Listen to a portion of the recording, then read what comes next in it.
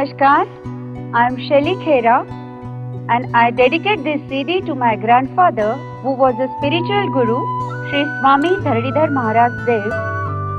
I spent nearly 20 years under his spiritual guidance in his Gurukul. I would like to tell you some do's and don'ts about the asanas. अब हम करने जा रहे हैं योग मुद्रा। योग मुद्रा, मुद्रा यानी कि एक्सप्रेशन थ्रू इनर जेस्चर। इसको मुद्रा इसीलिए कहते हैं कि आप जब ये आसन करते हैं तब आपके मन में एक भाव लाना बहुत जरूरी है और वो भाव है समर्पण, surrendering and surrendering to the higher reality. How you are going to bring this bhav attitude in your mind while doing is that when you bend forward, when you are doing the posture, when you bend forward, you are going to say, let go of my ego and I surrender to the will of God. क्योंकि होता क्या है कि जब हमें Dzire, जो हमारे सपने हैं पूरे हो जाते हैं, जो हमें सक्सेस मिल जाती है, हमारी उन्नति हो जाती है, तो हम अहंकार से घिर जाते हैं। जब ईगो सेट होने लगता है तो हमारी ग्रोथ वहीं पर रुक जाती है।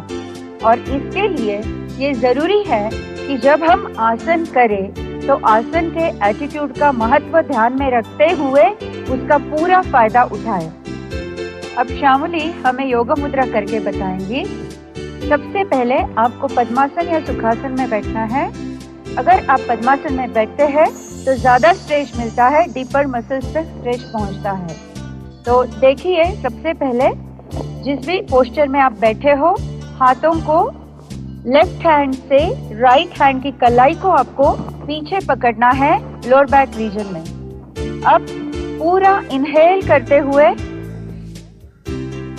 Shoulders and chest completely fill और एक्सहेल करते हुए आप शोल्डर्स को रिलैक्स करेंगे, एल्बोज को रिलैक्स करेंगे और फिर राइट तरफ घूमेंगे और अपना फोरहेड घुटने को टच करेंगे।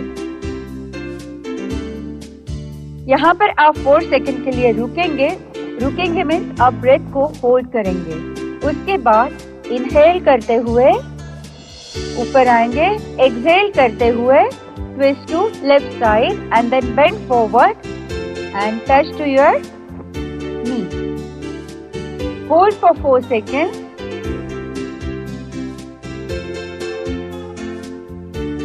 अब inhale करते हुए वापस ऊपर आएंगे और टोटल एक्सहेलेशन के साथ में bend forward करेंगे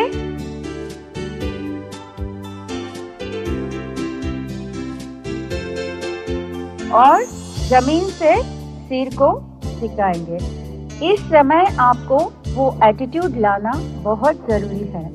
एटीट्यूड है let go of my ego and I surrender to the will of God. Whatever plans in my nature, whatever experiences in my life, I take them as a plan of nature. Inhale करते हुए slowly ऊपर आएंगे और अपने आप को relax करेंगे। वैसे ये प्रैक्टिस आप 3 बार कर सकते हैं। और जब भी आप प्रैक्टिस करें, जो भी हम आसनास बता रहे हैं, जब आप हर एक आसन कर रहे हैं आपको 3 बार ये आसन करना है। और एक बार हम ये आसन देखेंगे ब्रीदिंग पैटर्न के साथ में। हाथों को लेफ्ट हैंड से राइट हैंड की कलाई को आपको पीछे पकड़ना है, फिर राइट तरफ घूमेंगे और अपना फोरहेड घुटने को टच करेंगे। यहाँ पर आप 4 सेकंड के लिए रुकेंगे। 2, 3, 4। इनहेल करते हुए वापस ऊपर आएंगे, एक्सहेल करते हुए अदर साइड ट्विस्ट करेंगे और बेंड करेंगे। एक्सहेल करते हुए bend forward and touch your knee. Beautiful. Shoulders को रिलैक्स करना है। Hold breath. 2, 3, 4. Inhale and come up और बेंड करेंगे एक्सहेल करते हुए and touch your forehead to the ground. Now bring the attitude, let go of my ego I surrender to the will of God, and whatever situations in my life, I take them as a plan of nature.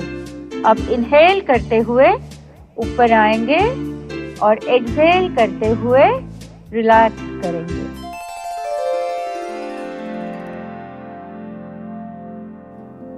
जब आप ये आसन करते हैं तो सबसे पहले जब आप बेंड फॉरवर्ड करते हैं तो स्पाइनल मूवमेंट्स बहुत अच्छी तरह से होती है, फ्लेक्सिबिलिटी बढ़ती है और साथ ही साथ उसके कनेक्टेड मसल्स को व्यायाम मिलता है। साथ ही साथ इसका ब्लड सर्कुलेशन बढ़ता है और blood circulation is towards your face and your head. इसकी वजह से आपका फेस ग्लो करने लगता है। फिर इस आसन से जब भी जिनको बहुत ज्यादा बैकएक है उनको थोड़ा कम झुकना है, लेकिन ये बैकएक के लिए भी बहुत अच्छा आसन माना जाता है। दूसरा, जब आप फॉरवर्ड बेंड करते हैं, दोनों साइड में बेंड करते हैं, तो वहाँ एब्डोमिनल कंप्रेशन होता है, जिसकी वजह से आपका पेट की चर्बी कम होने में मदद होती है। साथ ही साथ कॉन्स्टिपेशन, एसिडिटी जैसी चीजों से छुटकारा मिलता है। ये आसन एक अपने आप में ही मेडिटेशन का बहुत प्यारा सा साधन है। अगर आप इसको करते हैं और भावना मन में रखते हो, लेट गो ऑफ ईगो, तो आप मन में से मेडिटेशन ही करते हैं। तो पूरी तरह से इसका आनंद उठाइए एटलीस्ट। लेकिन जिनको हाई बीपी है उन्होंने नीचे झुकने के लिए जहाँ तक हो सके वहीं तक झुकना है। यहाँ पर कोशिश ये नहीं करनी है कि जबरदस्ती झुकना है, पेट पे दबाव नहीं डालना है। मत्स्येंद्रनाथ एक योगा गुरु थे जो शिष्य थे गोरखनाथ के। मत्स्येंद्रनाथ के नाम से इस आसन को नाम पड़ा मत्स्येंद्रासन। ये आसन वो कभी कभी सारा दिन इस ध्यान में बैठते थे और ऐसा सुना गया है कि उनका जन्म मछली के पेट में हुआ था। मत्स्येंद्र यानी कि मछली, तो ये इसी वजह से ये आसन का नाम मत्स्येंद्रासन पड़ा। अब हम अर्ध मत्स्येंद्रासन करेंगे। शामुली जी आपको करके बताएंगी। सबसे पहले आपको जमीन पे इसी तरह बैठना है, पैरों को आगे करके और स्पाइन को बिल्कुल सीधा रखना है। अब राइट लेग को लीजिए और लेफ्ट की तरफ क्रॉस कीजिए। अब लेफ्ट पैर को लेके राइट हिप के पास में ले आइए। आपका हिप लेग पे रखना नहीं है, आपको जस्ट टच करना है। अब अपोजिट हैंड मतलब आप लेफ्ट हैंड से चेस्ट और नी के बीच में से आप एंकल को, राइट एंकल को पकड़ेंगे। उसके बाद में जो लेफ्ट हैंड है उसको पीछे की तरफ रख के अपना स्पाइन पहले सीधा करेंगे। उसके बाद में उसको मोड़ते हुए अपने शोल्डर्स को पूरा ट्विस्ट करेंगे और ये जो ट्विस्टिंग है ऐसी होनी चाहिए जैसे कपड़ा कोई निचोड़ रहा हो। अब इनहेल करते हुए बॉडी को रिलैक्स करेंगे इस तरीके से। अब हम दूसरे पैर से करेंगे। अब लेफ्ट पैर को लीजिए और उसको राइट की तरफ क्रॉस कीजिए। Very good. राइट पैर को लेफ्ट हिप के पास में रखिए। अब राइट हैंड को एंकल को पकड़िए, थोड़ा पैर को पीछे भी कर सकते हैं आप। स्पाइन को सीधा कीजिए सपोर्ट लेके और फिर पीछे वाले हाथ को कमर में डाल दीजिए। Very good. और पीछे पूरा मुड़िए और यहाँ पर आपको रहना है 4 सेकंड तक। ब्रेथ को होल्ड करना है। उसके बाद में इनहेल करते हुए पोस्चर को रिलैक्स करना है। अब हम इसी आसन को ब्रीदिंग पैटर्न के साथ देखेंगे। पहले राइट लेग को लेफ्ट की तरफ क्रॉस कीजिए। दूसरा लेग। Very good. अब वो हाथ को लेफ्ट हैंड को क्रॉस कीजिए और एंकल को पकड़िए। अब यहाँ पर मैं आपको ब्रीदिंग पैटर्न बताने जा रही हूँ। जब आप ये सब कर रहे हैं तब आपका नॉर्मल ब्रीदिंग है, इनहेल एक्सहेल। फिर आप एक्सहेल करते हुए ट्विस्ट करेंगे और यहाँ पर आप अगर ज्यादा देर तक रुकते हैं, जैसे मैंने आपको बोला था 1 से 3 मिनट, 3 से 5, 5 से 10 मिनट तक रुकना है, तो आपको ब्रेथ को बिल्कुल होल्ड नहीं करना है। नॉर्मल ब्रीदिंग में आप इस पोजीशन को करेंगे, लेकिन अगर आपको थोड़ी देर के लिए ये आसन करना है तो आप होल्ड करिए। उसके बाद में आसन को इनहेल करते हुए रिलैक्स कीजिए। अब दूसरे पैर से करेंगे। Left leg cross over to right, right leg towards left hip, touching right. Now cross your right hand.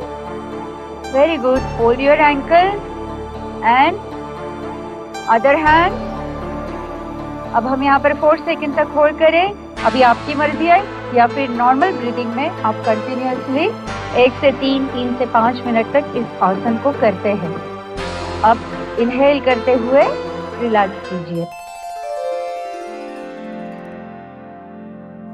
ये आसन जिनको डायबिटीज है उनके लिए बहुत ही महत्वपूर्ण है। इससे डायबिटीज क्योर भी हो सकता है और कंट्रोल में भी आ सकता है, क्योंकि जब ये आप आसन करते हैं तो जैसे कपड़ा निचोड़ा जाता है वैसे आपकी बॉडी निचोड़ जाती है, और जिसका स्ट्रेट असर आपकी पैनक्रियाज पर पड़ता है। जिनको स्लगिश लीवर की प्रॉब्लम है उनके लिए भी ये आसन बहुत अच्छा है। और जैसे मतलब ये पैनक्रियाज एक्टिव होते हैं, शुगर कंट्रोल करने में काफी आसानी से कर सकते हैं।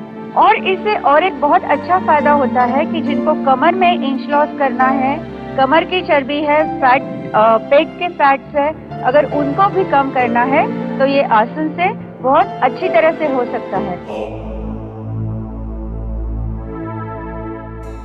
अब हम उष्ट्रासन करते हैं और श्यामोली जी आपको करके बताएंगे। सबसे पहले आपको वज्रासन में बैठना है, उसके बाद हाथों से अपने दोनों एंकल्स को पकड़ना है। अब इनहेल करते हुए आपको हिप्स को उठाना है और ब्यूटीफुली आपको ऐसा आर्च फॉर्म करना है। हेड भी आपका पीछे की तरफ रहेगा पूरा। यहाँ पर 4 सेकंड को आप होल्ड करेंगे और उसके बाद एक्सहेल करते हुए हिप्स को काफ मसल्स पे रखेंगे और फिर बॉडी को स्ट्रेट करते हुए बॉडी रिलैक्स करेंगे। अब हम यही आसन ब्रीदिंग पैटर्न के साथ करते हैं।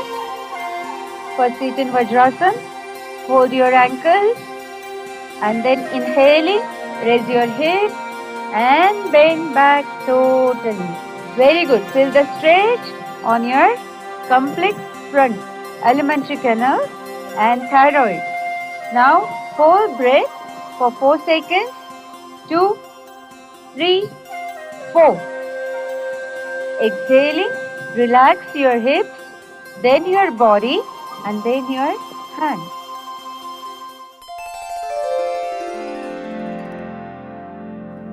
इसका सबसे बड़ा फायदा ये है कि आपके पूरा स्पाइन को ये बहुत अच्छी तरह से फ्लेक्सिबल बनाता है।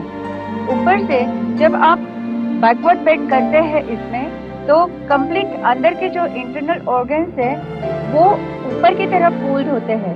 तो जब एजिंग चालू हो जाती है इंसान की, तब अंदर के ऑर्गन्स है वो ड्रूपिंग डाउन होने लगते हैं। तो इनको ये हल्के तरीके से बचाता है। जैसे कि अंदर के ऑर्गन नीचे की तरफ आते हैं, उनको ये प्रिवेंट करता है। तो इसके लिए एक तरीके से ये एंटी एजिंग भी काम करता है।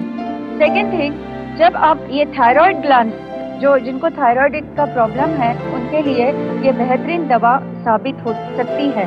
उससे थायराइड पे काफी लाभ मिलता है। लेकिन एनलार्ज थायराइड जिनके है उनको थोड़ा ध्यान रखना है जब ये आसन करते हैं।